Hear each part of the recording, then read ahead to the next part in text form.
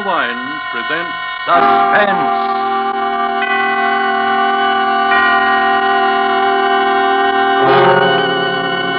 Roma Wines, made in California for enjoyment throughout the world. Salud. Your health, senor. Roma Wines toast the world. The wine for your table is Roma Wine, made in California for enjoyment throughout the world.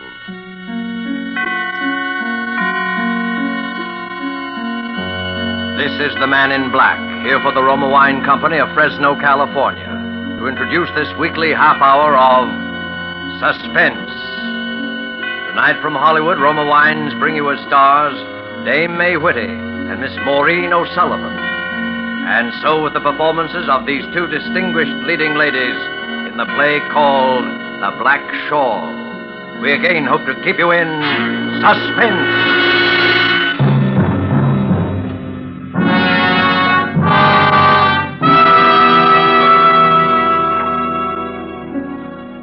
Listen to me, please. Listen carefully and tell me if I'm right. I say I'm about to be murdered. I'm not certain. No one's even threatened me. But I say I am going to be murdered. This is just a plain, ordinary-looking kitchen that I'm sitting in. But for me, I know it is a death house. If it were only 3 days ago and I could live them all over again. Oh, if it only were. The fair was being held in town, and everyone was gay. And Robert was late as usual, but I didn't care.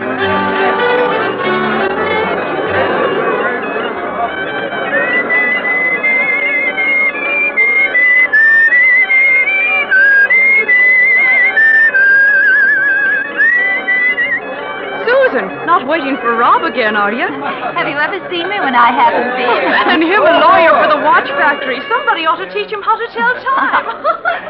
Hey, how about a dance, Sue? One short one before that boyfriend of yours comes around to steal you away. Oh, thanks, George, but I'd rather wait. If he's not quick about it, he'll find nothing left to steal except the bench. All right, but let me know if you're interested in a change of habit.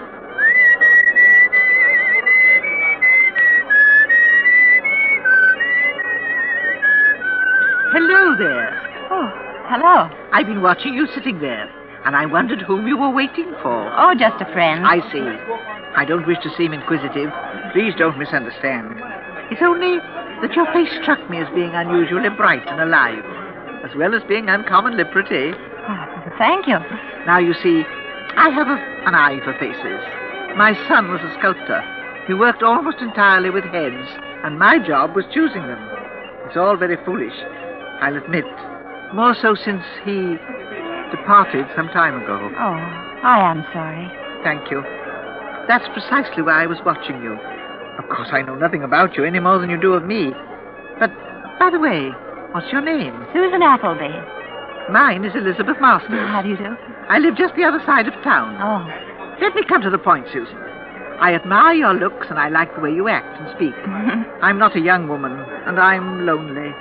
I have been ever since I lost my son. I need a companion, someone who can stay with me and help me too. And you resemble closely my very first companion, my best remembered one. Oh, but I'll pay you well, £30 a month. Your chief occupation will be to brew me some tea and talk to me. Are you interested? Well, I have been seeking that sort of a position, but Splendid. You need look no longer. But you know nothing about me. I know that I like you, and that I want you to accept my offer. I'll return here at the same time tomorrow evening.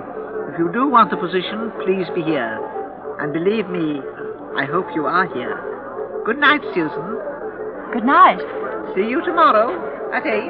All right. I'll be here.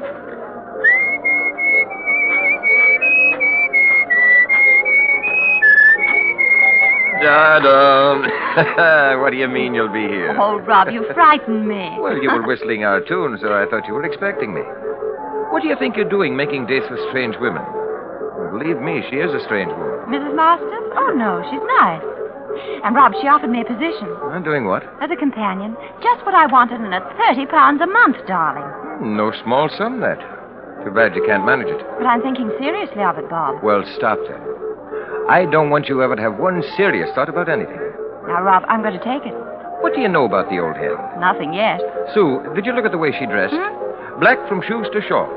Why, the shawl's so large and black you'd hardly know she had a face. She seemed charming. Oh, she might well be, but I'm not so bad myself. Oh. And I want you for a companion, too.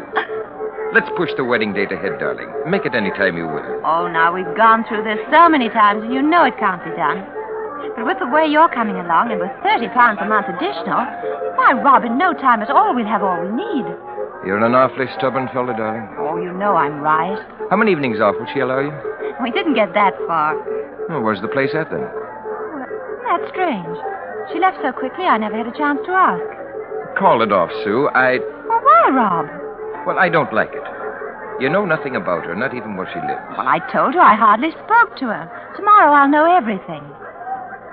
All right, my darling, you win. Oh. But let me hear from you as soon as you set there. Well, of course I will. Why, everything's going to be fine. Ah, I'm silly. Sure it will. Hello, darling. Hello, Rob. Everything will be fine for us.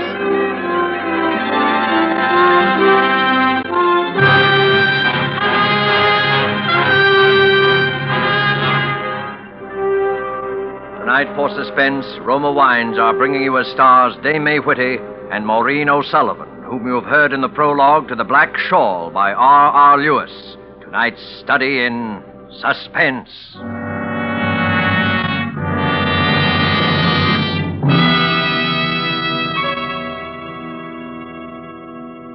Far from the scene we have just left, far to the south across the equator, is another scene I ask you to visit with me. It is just before the dinner hour on the beautiful roof terrace cafe of the Hotel Metropolitano of Guayaquil, Ecuador. We are finishing our appetizers, an excellent sherry. And lifting your glass, you remark to our host that you envy him such wine. He laughs.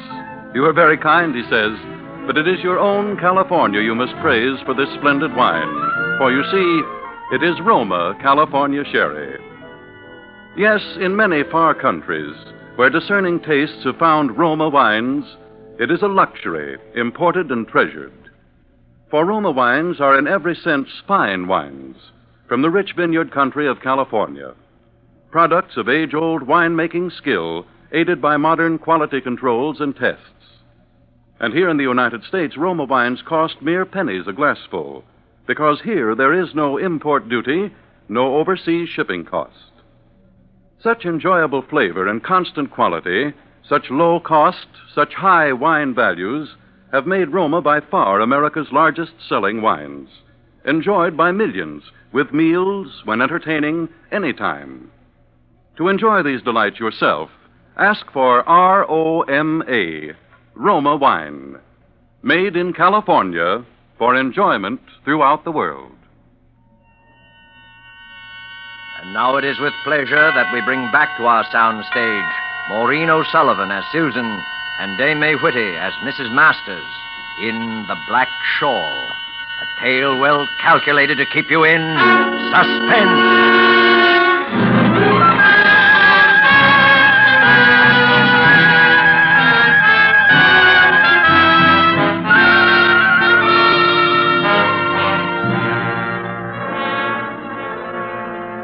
So, I was there waiting as Mrs. Masters had instructed me the following night. We got into her car and she drove us off. It only seemed a mile or two from town, but we twisted and turned so many times that in the dark I became completely confused as to my whereabouts. Then finally, we stopped.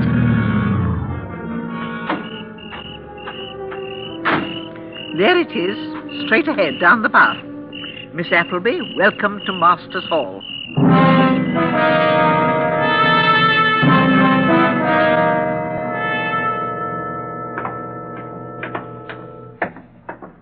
I'm in the parlor, Miss Appleby. Won't you join me in a cup of tea? Oh, thank you, Mrs. Masters. I'd be very grateful if I might. I love my room. Good. Sit down over there opposite me, won't you? I certainly will. The fire's as inviting as the tea. I've always had one burning whenever I'm home. I get cold so easily. Oh. That's why I always wear this shawl around me. Sugar? Thank you. No lemon or milk, thanks. Now, Susan, tell me about yourself.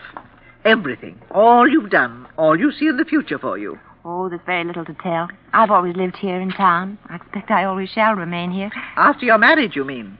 I presume you've such intentions. I expect so. It is the only thing that matters, isn't it? Having someone to care for. Yes.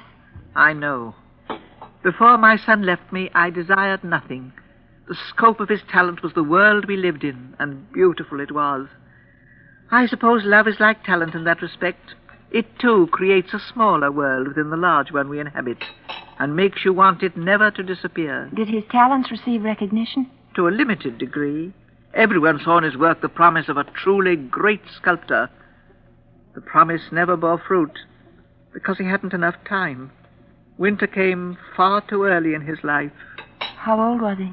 I lost him before he was 21. Oh, Mrs. Masters. That's terrible. So great a waste. That's it.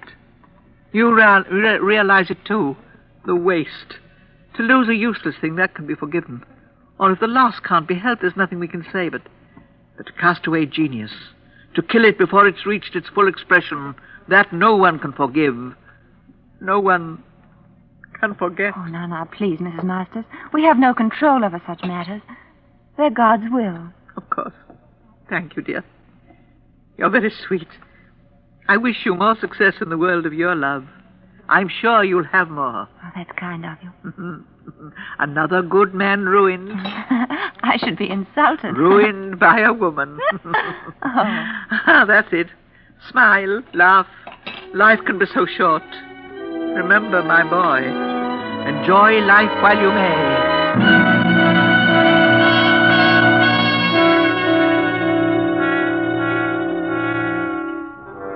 I slept well that first night and did not awaken until almost 9. When I realized how late it was, I dressed quickly and ran downstairs.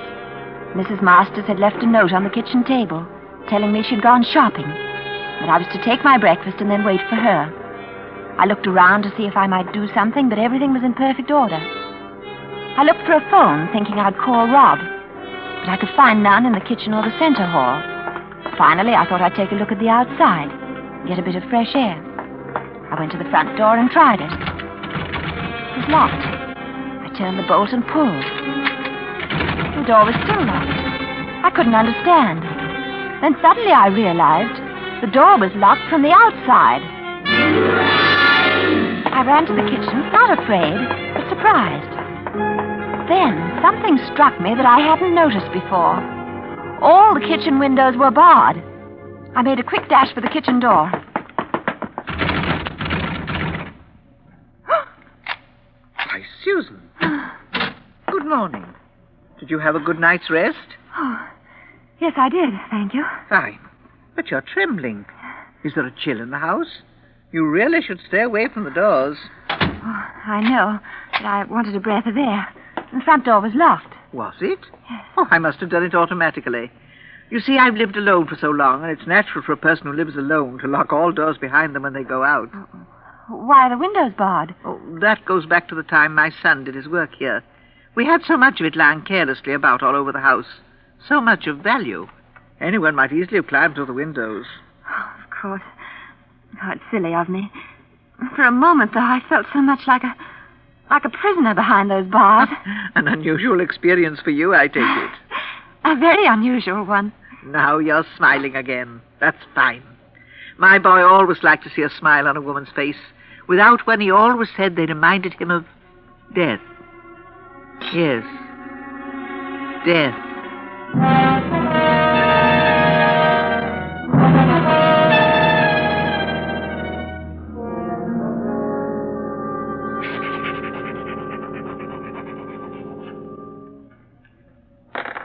Next day, I wrote to Rob.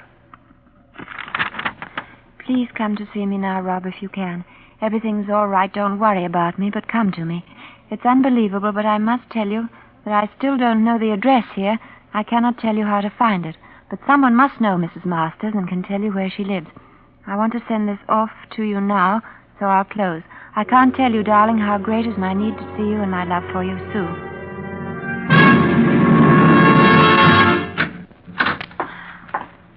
Mrs. Masters? Why, yes, Susan, what is it? Where can I post a letter? Let me have whatever you want sent, and I'll drop it in the box when I go shopping tomorrow. Oh, I don't want to bother you. I'll take it down myself. No bother at all. There's nowhere else to post a letter, and I pass the box every day. Oh, but I'd much It's rather... settled. Let me have it. It'll be sent early tomorrow. Of course. Here you are. Thank you. And, Susan, I dropped my shawl. Would you mind? Oh, not at all. Exquisite, isn't it? Will you join me in a cup of tea? No, thank you. Mrs. Masters, this morning I said I was silly for feeling like a prisoner in your home, but the feeling is still there. What have I done or said that might create any such impression? That's not the question I'm trying to answer. I just feel it. The answer I don't know is, what do you want with me? Oh, what was that? Wait right here. I'll be down shortly. Where are you going? Upstairs. But you wait down here. Do you understand? No. No, I won't stay down here. I'm frightened. I'm coming up, too. No, dear. Don't worry about the butt. It hasn't broken at all. No. There's not a scratch on it. Dear, please don't cry. Susan, I told you to stay downstairs. What'd you come up for? All right. You know now. Miss Appleby, this is John Masters, my son.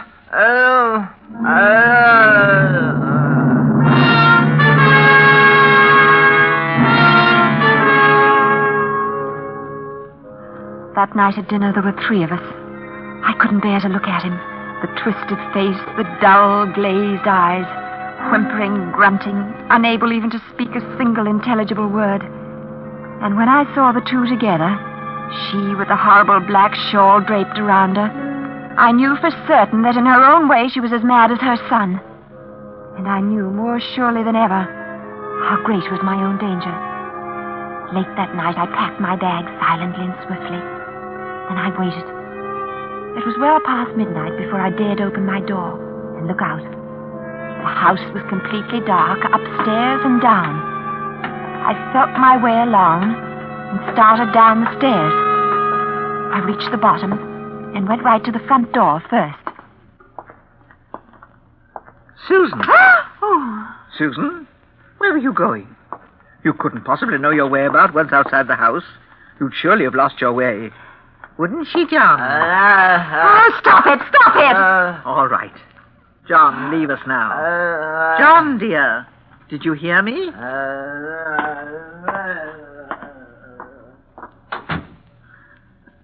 Miss Masters, you have no right to keep me here if I don't wish to stay. Well, when I accepted this position, I was of the opinion that you lived alone.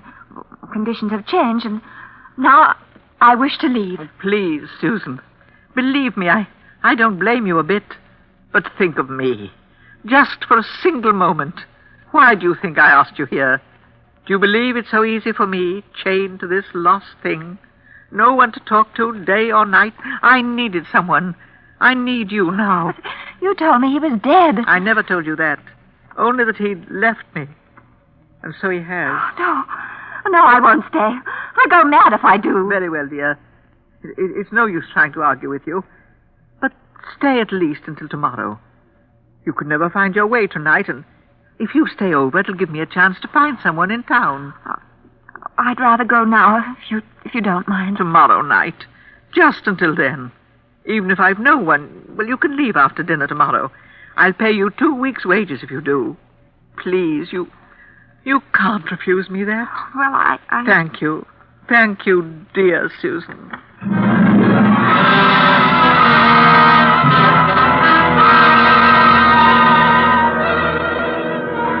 I shouldn't have stayed. I knew that from the moment I agreed. I slept badly, waking from time to time, certain that I heard odd noises from the next room. Low chuckles, whispered, voiceless mutterings. But the night passed finally, and today was uneventful. When Mrs. Masters returned from shopping in the village, she informed me that my successor would arrive tomorrow morning, and I was therefore free to leave immediately after dinner. She spent the rest of today preparing the evening meal. It was as though it were a special holiday, so great were the pains she took. The dinner turned out to be wonderful, and Mrs. Masters was extremely gracious. Dear Susan, we drink to you, my dear, dear Susan, to your future, to your man, To your future with your man. Oh, thank you. And may you remember this evening all the rest of your days. You're very All kind. the rest of your days. Thank you. Not at all, my dear. Let me pour you out some more wine. And some for you, John. I'm really sorry that I must hurt you by leaving you this way. You? Hurt me? Why, my dear, if anyone has been hurt, surely it's you. We frightened you so. Made you so miserable. You're the hurt one, Susan, dear. Not I. Anything I've felt or said is forgotten now. Always when I think of you, I shall remember this evening. I'm certain of it. And so you may remember better, my dear. Let me imprint the occasion still more clearly upon your mind. Do you know what happening it is we celebrate? I expected it was my leaving. So it is. But did it seem likely that you alone would cause so much excitement in our home? Well, I... Miss Appleby, this is the 3rd anniversary of the most important event in the history of Masters Hall. We honor you by asking you to partake of our joy. And I thank you for it. No need of that. You need only listen and be silent. 3 years ago, my son was a genius. Today, he is my son. 3 years ago, the world's door stood wide before us. Today, all the shoulders on earth couldn't break it down. It was shut upon us 3 years ago tonight. She slammed it as she left. My son loved her dearly. My first sweet companion. I warned him. I told him that no woman would put up with his temperament. He wouldn't listen. He loved her madly. Madly. The perfect word for it.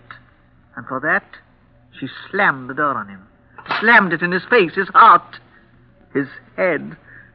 That night he lost the power of his mind. Ever since, we waited in vain for its return. But we've honored the occasion. Don't think we've forgotten, eh, John? 2 years ago this evening, on the 1st anniversary, Sally Thwaite left us. We told her the story. She was overwhelmed. She couldn't bear to stay and left quite suddenly. Last year, Catherine it was, Kitty, can't recall her last name at the moment. She wanted to leave us too. How could we refuse? And now, tonight, Susan Appleby. Tonight, Susan, you are leaving us. Where are you going, Susan? To the kitchen. Excuse me, please.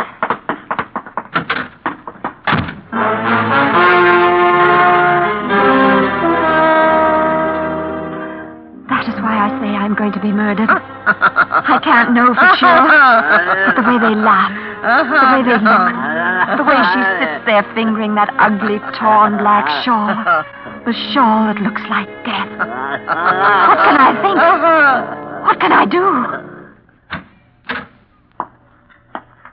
Susan, there's one thing more. This shawl, so beautiful, so exquisitely wrought. You must surely have noticed that I wear it all the time. It belonged to her, a gift from my son. In her haste, it slipped from her shoulders as she left. So this is all that remains of that lovely, wonderful creature. I should like you to wear it, if only for a moment. You're so much like her, and her memory is John's greatest comfort. Oh, no. No, don't come near me. Don't touch me. Please, just around your shoulders. I won't wear it. Stay away from me. Please don't. Our door. Who would be coming here now? John, watch her closely. I look through the window. I don't know who he is, but he must surely have seen the light in the kitchen. I'll just send him away. I'll only be a moment. Watch her, John. If she shouts for him, well, you mustn't allow that, must you, John? So you'd better be still, Susan. Yes? What is it you want? I beg your pardon. I'm looking for a Miss Susan Appleby. You won't find her here, I'm sorry. Well, are you certain of that? It seems to me I recognize that shawl. It was worn by the woman Miss Appleby went to work for night before last. Surely this is not the only black shawl in the world. Nor am I the only woman who wears one. And I've been inquiring in the village, and all the shopkeepers remembered you as the woman who always does. So I followed you here this morning. Then I returned to the village, and now I'm back again. Well, you can return right to the village. If you must know, Miss Susan Appleby was here. But she was entirely unsatisfied with She's probably to find her at home now. Well, all right. If she's gone home, I'll see her there. I'm so sorry for your trouble. Not at all. Thank you. Good day. Good day. Susan. Susan, was that you whistling a moment ago? I thought I told you to be still. Oh, I was nervous. It's a habit of mine. A very bad one, of which you've many. Among them, no doubt, is that of driving men mad. That one just now. The love in his eyes for you. I've seen that before. In other eyes. I'm so terribly sorry he's gone away. Perhaps he'll return another time. Stay away from me. Here now. The shawl's around you. Draw it tighter down. Tighter. No, please. Let me go. Let me go. You heard her. Let her go. Adams, get him. Yes, sir. Draw it quickly, John. Quickly. Quickly. Oh, No! You killed him. John! John! John! Susan, darling. Oh, Rob, you heard me then? Of course. This morning I went down to the local constabulary and persuaded Adams here to join me. I was interested, ma'am, because there'd been 2 disappearances in as many years. And just about this time. This sounded like a third. It almost ended like the others, too. Almost, but... Absolutely. He's locked the door. Let's have a hand here. We'll break it down. All right, watch out. Once we're in, she's mad and may try anything. Right. Let's go now. 1, 2, 3. All right, now. Well, look at that. The chandelier. Let's cut her down, quickly. It's too late. Her neck's gone. Rob, the shawl. The black shawl. Oh.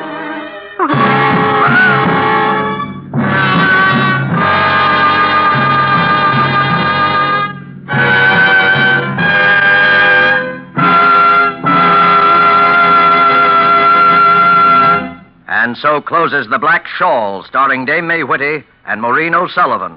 Tonight's tale of Suspense. Suspense is produced and directed by William Spear. To every woman listening tonight, I want to say a special word about making every dinner or supper you serve taste better. I want to urge you to start serving Roma wine with your meals. It's simple, the cost is very, very little, and it works magic in making food more enjoyable. You can serve Roma wine with any meal or any time in any kind of glass you wish. Serve it chilled. Try different kinds of Roma wine until you find those you enjoy most of all. Try hearty red Roma California Burgundy or the delicately delicious Roma California Sauterne. The cost is mere pennies a glass, but you'll find even a pickup supper tastes like a banquet. Get Roma wines today. If your dealer is temporarily out of them, please try again soon. Just ask for ROMA, Roma Wines, America's largest selling wines. Made in California for enjoyment throughout the world. Dame May Whitty appeared through the courtesy of Metro-Goldwyn-Mayer and is currently being seen in the White Cliffs of Dover. Next Thursday, same time, Donald Crisp and John Loder will be our stars in another unusual study. In mystery, suspicion, and dangerous adventure. At that time, you'll hear the only ghost story ever to have been staged by Suspense. Presented by Roma Wines, ROMA, made in California for enjoyment throughout the world.